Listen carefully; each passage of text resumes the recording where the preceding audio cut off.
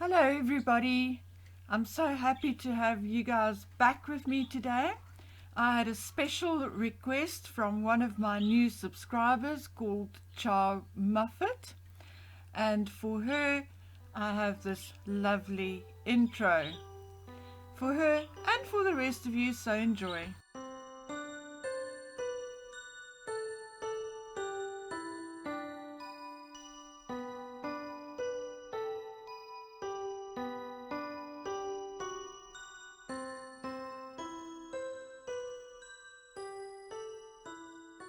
So, with this now said and done, let's move on to the business of the day. And today we are going to be discussing the 19th summit and Meghan's participation in the 19th summit. We are going to do a bit of a deep dive into her hand motions and what she actually said. Alright, so let's start with hand gestures. And the first thing I found was that it is said people are less likely to trust adults whose motions and words don't seem to match. So I'm going to highlight a few hand gestures that Meghan used during her speech, or the so-called interview, although I think it was more of a speech than an interview. And we'll look at that and see whether they actually matched. Or otherwise, you can make up your own mind. Then, the first thing we're going to look at are hand gestures larger than the outline of the body. Now, according to body language experts, this is a sign of being chaotic and out of control. Then we look at Meghan's gestures, and on a number of occasions, I didn't go ahead and count them, but there were quite a few of them where she gestures well outside of her body. Now, although a lot of people perceive this as openness, it isn't actually. It's more a sign of wanting to dominate, being slightly out of control. Maybe out of control, wanting to dominate. Okay, going a little overboard. And here is the clincher. A narcissist tends to display exaggerated body language and facial expressions, according to the experts. And although I don't have the clip in here, for those of you who have seen it, you will notice that at some point Meghan talks about an asterisk, and she goes completely ballistic. She throws her head back, she throws her hands in the air, fawning over this asterisk that the 19th summit have used. So there is a very typical example of going overboard and exaggerated body language and facial expressions over nothing. And then we get to the constant touching of the face, the hair, the neck, and in Meghan's case particularly wiping imaginary hair out of her face. Now, the experts say that touching of the hair and wiping imaginary hair from her face could be a sign of tentativeness or nervousness. However, it can also be an attempt to draw attention to oneself, to draw the focus to oneself, a sort of look at me, I'm so clever, or look at me, I'm so pretty gesture. And it's my guess that that is what it is when it comes to Meghan. And now we are moving on to the next thing I looked at.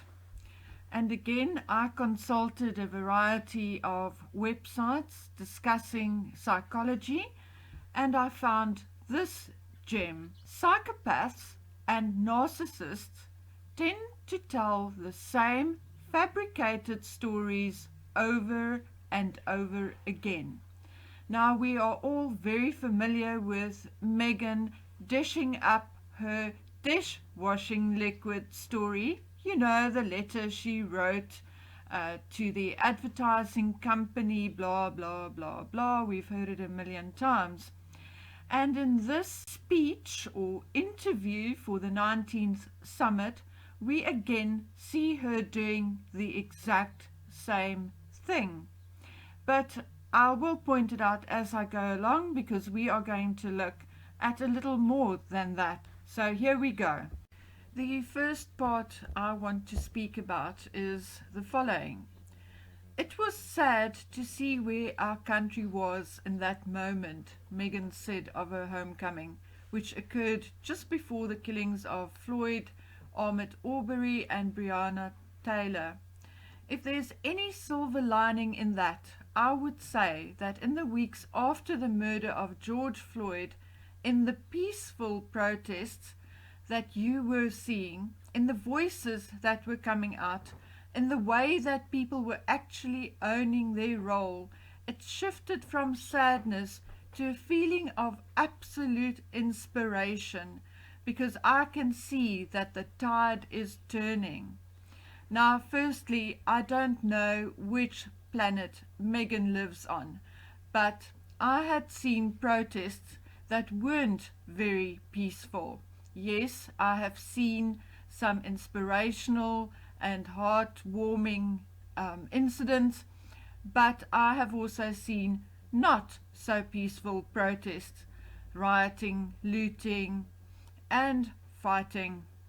So I don't know where Meghan was when I saw that, but she definitely did not see it all, or she chose to see what she wanted to see.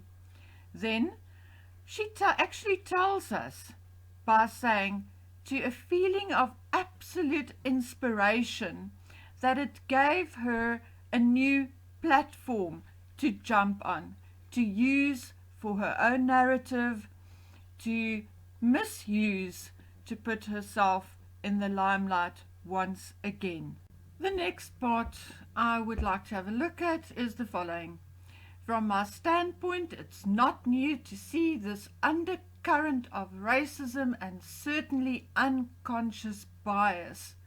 But I think to see the changes that are being made now is really, it's something I look forward to being a part of, Meghan said, and being part of using my voice in a way that I haven't been able to of late. Now, let's look at unconscious bias, a term which both her and Harry are now regularly throwing in our faces. And to date, I still have not figured out what it actually means. What is unconscious bias? If I am biased towards anything, I am relatively conscious about it. I could perhaps understand subconscious bias, the bias we may have in our subconscious. However, unconscious bias does not make sense. It actually tells us that it's something that is dead or unconscious. It doesn't exist. However, subconscious bias may exist. Anyway, let's move on. It is something I look forward to being a part of. Meghan is actually telling us here that she has political ambitions. So why the heck is she still Duchess of Sussex? Because royals are not supposed to be politically active. And what Meghan does not tell us here is that there's a very good reason for it. The Queen is Queen of all British subjects, regardless of political affiliation, etc., etc. And that is why she is supposed to remain neutral. And the same goes for the rest of her family. And then she goes on to say, and being part of using my voice in a way that I haven't been able to of late. What is Meghan doing here? Once again, like she has in previous speeches, she is throwing shade at the royal family. And that is where we now look at repeating the same story over and over again, which makes her a narcissist and very likely some form of psychopath. So there we have it. And let's move on to the next piece. Meghan also stressed her desire for more high-quality journalism, saying she and her husband routinely point to an economy of attention in media that rewards the salacious over the truthful. Question mark, question mark. I looked up economy of attention, and it became very clear to me that she doesn't have the faintest idea what she's talking about, or alternatively that she read the article and did not understand it. And I'll tell you why. I will read from Wikipedia, where it says, attention economics is an approach to the management of information that treats human attention as a scarce commodity and applies economic theory to solve various information management problems. Put simply by Matthew Crawford, attention is a resource. A person has only so much of it. As content has grown increasingly abundant and immediately available, attention becomes the limiting factor in the consumption of information. A strong trigger of this effect is that the mental capability of humans is limited, and the receptiveness of information is hence limited as well. Attention is used to filter the most important information by the human brain from a large pool of information surrounding the human in the digital age. Now, guaranteed, Meghan only read this piece on Wikipedia, because had she continued to read the rest of the article, she would have seen that the application of the human attention, or lack thereof, is actually being used when manufacturing computer software. Because, simply put, developers of software had discovered that if a website, for instance, is too intricate and you as a human have to click 1,000,001 times to get to the information that you want, that you will lose patience and your attention will wander. You will either get confused or you'll give up and go elsewhere. So the application of the economy of attention has to do with software and advertising, and not in the sentence that Meghan had used it. She obviously only read this piece I show you here and did not continue to read the rest of the article. She found attention economics, or the economy of attention, a nice catchphrase and plonked it into her speech without following through and doing proper research.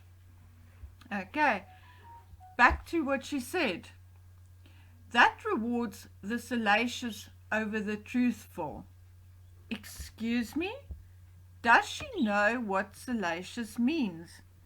And I refer you to the Merriam-Webster dictionary, where it says that salacious is an adjective, and the definition of salacious is arousing or appealing to sexual desire or imagination, and synonyms being lecherous and lustful. So what I did for you guys is I actually rewrote that sentence for her. And I'm asking you, did she really mean taking the human attention span into consideration when developing software for the media, a media that rewards the lecherous or lustfulness over the truth? I think not. But that is what she said. I honestly think this proves my point that Meghan not only needs a new dictionary, but she also needs a speech writer, because she somehow or definitely does not have the attention span to do the necessary research before putting all kinds of words into a word salad. With the November election fast approaching, Meghan stressed that voting is incredibly important to her. She said she's even been talking to feminist icon Gloria Steinem about it. Meghan encouraged people not to take suffrage for granted, noting that her husband has never been able to vote. Okay, so Meghan is stressing how important voting is to her. So once again, she's placing herself in the political arena and not in the arena of the royals. Hence, once again, kindly remove Meghan's title of Duchess of Sussex, and she should not be part of the royal family any longer. And while I'm at it, they should not be part of the Commonwealth either. And I feel I have the right to say that because I live in a Commonwealth country. Just for those who would argue with me on that point. And then again, noting that her husband has never been able to vote. Oh, shame. But her husband has earned millions and millions of pounds from the British taxpayer. And that was just one tiny little thing that he had to give up in order to live the life he had lived. So I'm very sorry for you, Meghan, but I have no sympathy for him, and you can keep repeating this as often as you wish. It just proves our point that you're an absolute narcissist hinging on psychopathic tendencies. Thank you very much. Then she goes on to talk about the 19th launch, which runs parallel to next week's suffrage centennial, blah blah blah, and I've given you some extra information. If you need to know more about it, you can just freeze the screen and read it.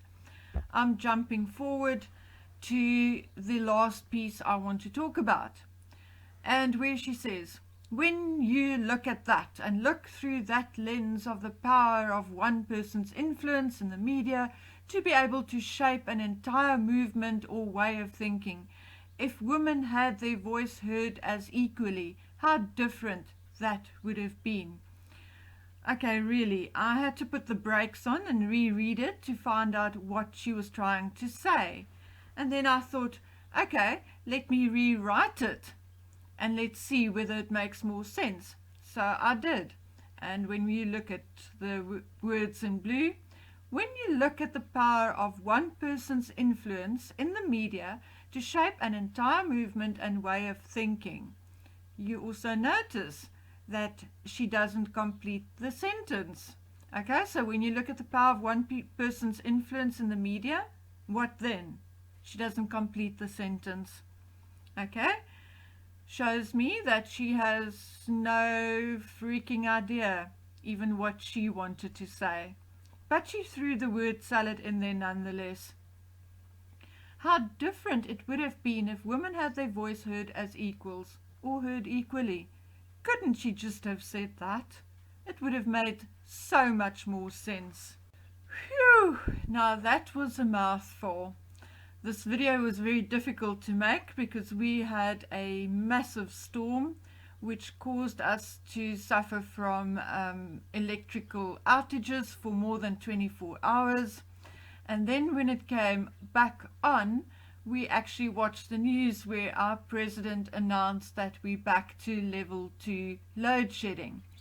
So not only do I work from home and had to fix up all the damage done by the storm, but my time was also limited due to the long power outages and the one that will pop up in an hour or so. So although I hope to finish this video now, I may not be able to post it until later today. never mind that. That's me and my problems. I thank you for having been here, for taking the time to listen to all this nonsense. And unlike Megan, I'm not particularly fond of my own voice, so I'm going to finish the video and just say bye.